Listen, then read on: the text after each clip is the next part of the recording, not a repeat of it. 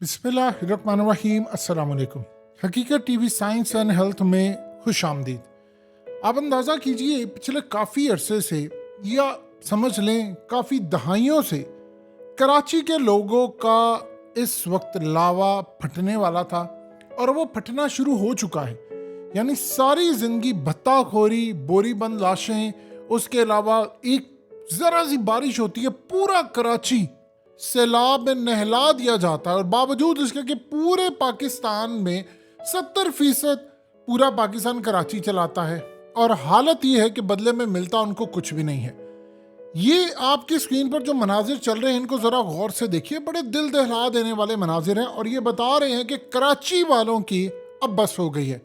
हुआ यूँ है कि करंगी में 2 डाकू आए पीछे से और एक साहब जो गाड़ी के अंदर थे, उन्होंने गाड़ी में जब देखा कि डाकू आगे हैं तो आप इमेजिन करें कि उन्होंने अपना पिस्टल रेडी रखा हुआ था, या जिस तरह कह लें कि स्टैंड बाय पोजीशन पर था, कि वो जैसे ड्राइविंग सीट वाली साइड से इस वक्त निकलते हैं और उसके फौरी बाद उन्होंने गन चलाना शुरू कर दी।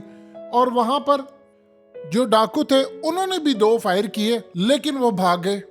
अब उनकी किस्मत अच्छी थी कि वो चले गए, वरना इस सारी सूरत हाल के अंदर उनका कचूमड़ हो जाता, उनका बचता कुछ ना। ये बात क्या है, इसके बाद आप गौर से देखें तो अचानक मोहल्ले वाले इर्द गिर्द के लोग उनके पास जमा हो गए और सबने नज़ारा देखा कि आज शायद गाड़ी उनके हाथ से निकल जाती या उनके हाथ से मोबाइल चले जाते या पैसा चला जाता या कुछ और चला जाता।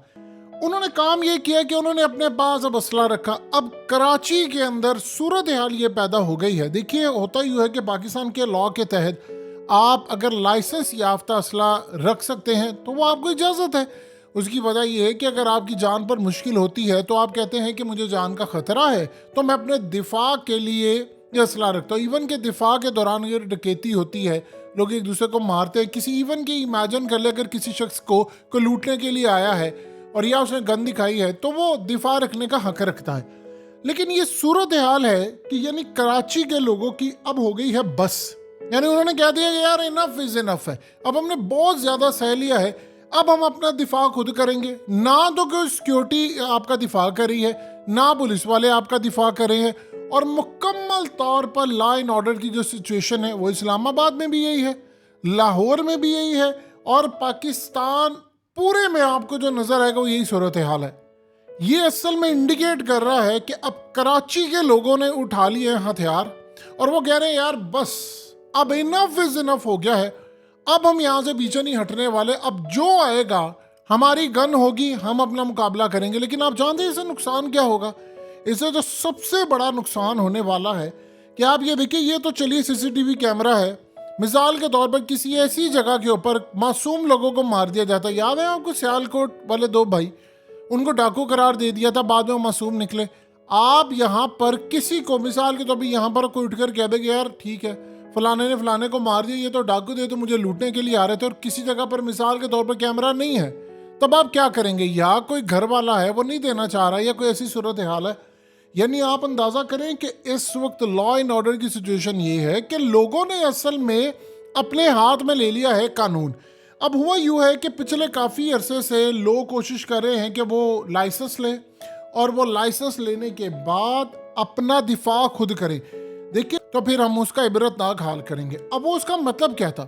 उसका मतलब ये था कि अब कोई भी क्राइम होगा तो उसकी जिम्मेदार हम होंगे, रियासत होगी, और रियासत आपको पूरा पूरा उसका कंपनसेट करेगी, मुआवजा देगी और जिम्मेदारों को सजा देगी, चाहे किसी को किसी तख्ते पर क्यों ना उन्होंने लेकर जाना। अब ये तो सूरत हाल समझ आती है कि ठीक है जी, एक हुकूमत आती है और हुकूमत आकर हम गन रखेंगे या हम इस सारी सूरत हाल के अंदर अपना दिफा करेंगे क्योंकि हमें डाकू लूट रहे हैं। आप एक बात बताइए, एक शख्स है वो सारी ज़िंदगी की कमाई, यानी हालिया जो कराची में एक इंसिडेंट हुआ और बड़ा अजीबो गरीब था कि एक शख्स कनाडा से आता है हर साल और वो रिटायर्ड था और वो आकर यहाँ पर कनाडा से यहाँ पर यानी 4 दफ़ा आता था, यतीम बच्चों की मदद करता था, उसने कई बच्चों को अपनी ज़िम्मे लगाया था, पढ़ाता था, बस वो अल्लाह के लिए करता था, और वो पैसे लेकर निकल रहा था, उसको डाकुओं ने मार दिया। तो इस सारी सूरत हाल के अंदर लोग देख रहे हैं कि यार हम लुट रहे हैं, हम बर्बाद हो रहे हैं, हमारा कोई पुरसाने हाल नहीं है, तो उन्होंने गन उठाना शुरू कर दी है। ये बड़ी खतरनाक सूरत हाल पैदा हो जाती है। اس میں کل کو آپ کے سامنے کوئی بھی بندہ آئے گا. دیکھیے ہوتا کیا ہے کہ ایک جیل کے اندر ایک شخص تھا اور بعد میں اس کو پتہ یہ چلا کہ وہ سزا کاٹ رہا تھا.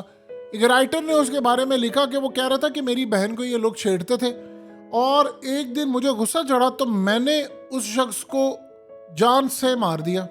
میرے پاس بندوق بھی تھی. اب وہ لوگ ہیں طاقتور. اب انہوں نے کام یہ کیا کہ مجھے تو ڈلوا دیا جیل میں, لیکن میری بہن کو وہ اٹھا کر لے گئے اور روز اس کے ساتھ برا کرتے ہیں اور میں کچھ نہیں کر پا رہا کیونکہ میں جیل میں. اس نے کہا میں سوچتا ہوں کہ اس دن شاید میں اپنے غصے پر قابو پا لیتا اور میں وہ علاقہ ہی چھوڑ کر چلا جاتا. لوگ جاتے ہیں, لوگ ہجرت کرتے ہیں, لوگ 4-4 5-5 ممالک ٹریول کرتے ہیں, ایک جگہ نہیں ہوتا, دوسری جگہ شفٹ ہو رہتے ہیں, تیسری جگہ, چوتھی جگہ. تو اس نے کہا کہ میں سوچتا رہا بعد میں کہ یہ کیا ہوا میرے ساتھ, کاش میں یہ نہ کرتا, اب تو میں اپنی بہن کو بچا بھی نہیں پایا. تو یہ صورتحال ہوتی ہے یہاں پر. آپ کے ملک کے اندر لا اینڈ آرڈر کی سچویشن خراب ہے. لوگوں نے کہا بھی ہم قانون کو خود ہاتھ میں لیں گے. دیکھیے آپ لیگلی کسی شخص کے اوپر کوئی حملہ ہوتا ہے تو مجاز ہوتا ہے, کیونکہ ریاست کا کام ہے وہ ڈاکو کو پکڑے. اگر وہ پکڑنے میں ناکام ہے, پولیس تنخواہ کس بات کی لیتی ہے؟ سیکیورٹی والے کیوں تنخواہ لیتے ہیں؟ آپ کے ٹیکس کے پیسوں سے جاتا ہے. اور وہ بجائے وہ ڈاکوؤں سے ملے ہوتے ہیں اور پتہ چلتا ہے ڈاکو ان کو بتا کر جاتے ہیں کہ فلانی جگہ پر آج ہم چوری کریں گے. کچھ ایسا واقعہ دیکھنے کو ملا. لوگ مذاق میں اڑاتے ہیں کہ اصل میں ڈاکوؤں نے کسی جگہ سے کچھ لوٹا اور بعد میں انہوں نے پولیس والوں کو حصہ نہیں دیا.